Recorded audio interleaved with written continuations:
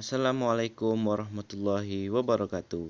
Halo teman-teman semuanya, kami dari kelompok 3 mata kuliah Desain Pembelajaran PAI dengan beranggotakan Suryadi Ahmad Nasution, Rizky Ilhamdi, dan Sismi Tirola.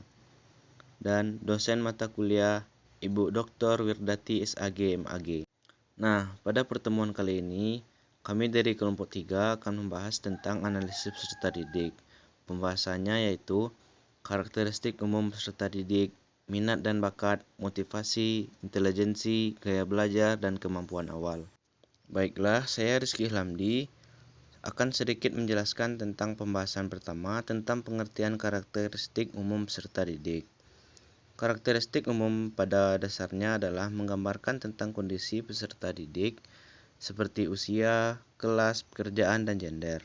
Karakteristik siswa merujuk kepada ciri khusus yang dimiliki oleh siswa, di mana ciri-ciri tersebut dapat mempengaruhi tingkat keberhasilan pencapaian tujuan belajar.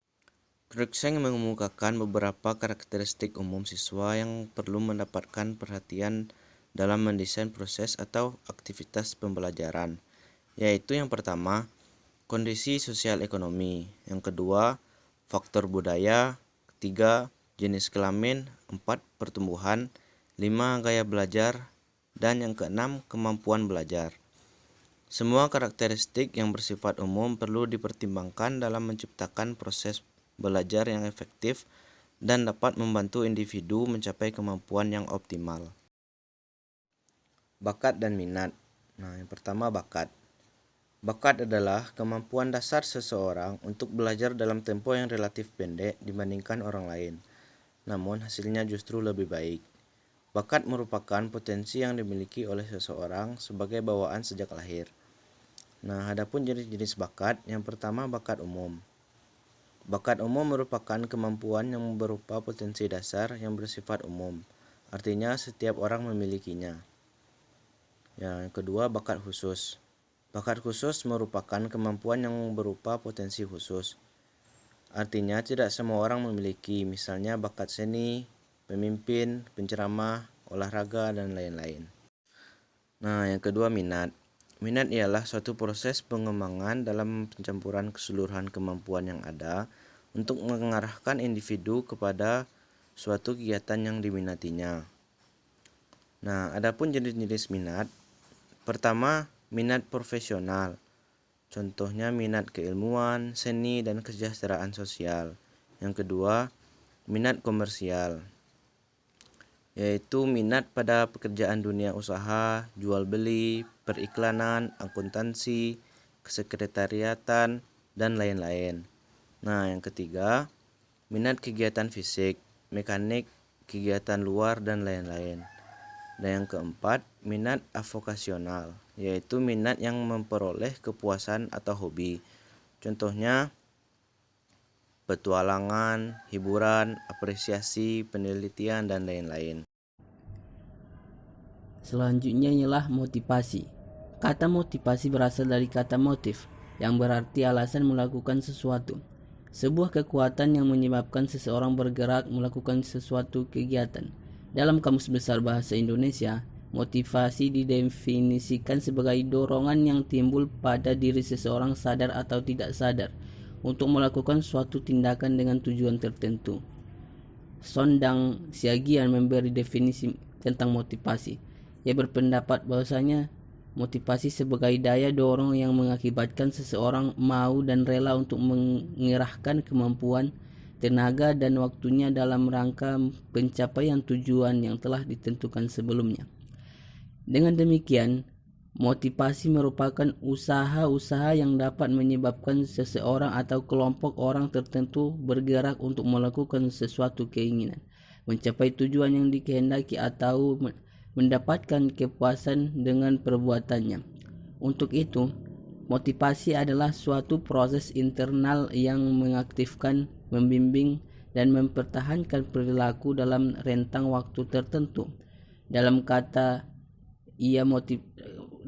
lain, motivasi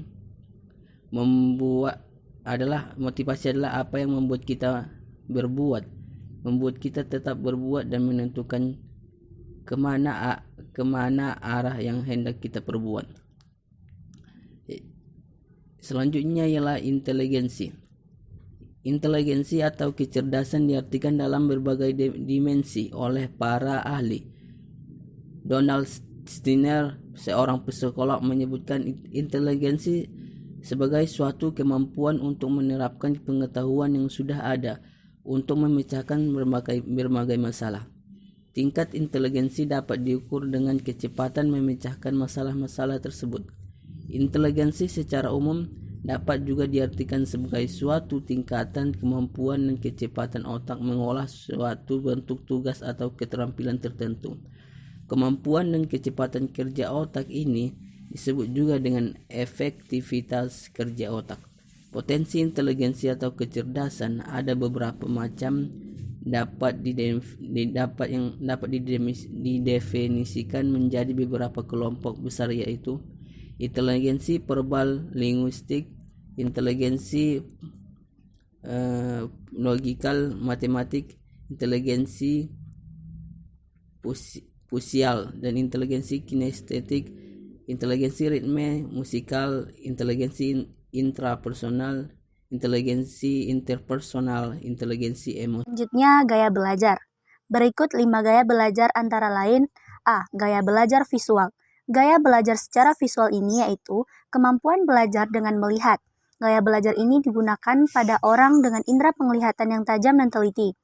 Kemampuan belajar yang berhubungan dengan ini yaitu seperti matematika, bahasa Arab, bahasa Jepang, simbol-simbol, dan lainnya yang berkaitan dengan bentuk. B. Gaya belajar auditori. Orang dengan gaya belajar auditori memiliki indera pendengaran yang lebih baik dan lebih berfokus.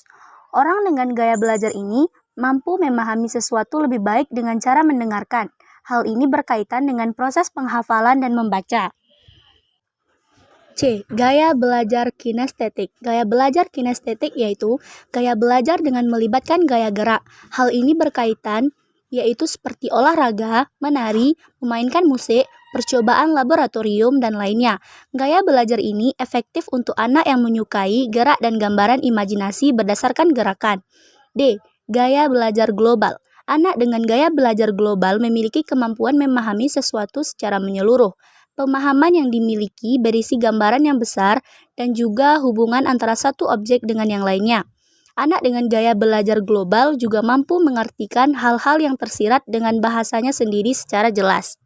E. Gaya belajar analitik. Anak dengan gaya belajar analitik memiliki kemampuan dalam memandang sesuatu cenderung ditelaah terlebih dahulu. Selanjutnya, kemampuan awal. Kemampuan awal peserta didik adalah kemampuan yang telah dipunyai oleh peserta didik sebelum mengikuti pembelajaran yang akan diberikan. Kemampuan awal ini menggambarkan kesiapan peserta didik dalam menerima pelajaran yang akan disampaikan oleh guru. Semakin tinggi kemampuan awal peserta didik sebelum mengikuti pembelajaran selanjutnya, maka akan semakin tinggi pula prestasi belajar yang akan diraih. Apabila jika diikuti minat belajar yang tinggi, yang dapat memaksimalkan potensi sumber daya yang dimiliki, yang pada akhirnya dapat menghasilkan prestasi belajar yang lebih baik.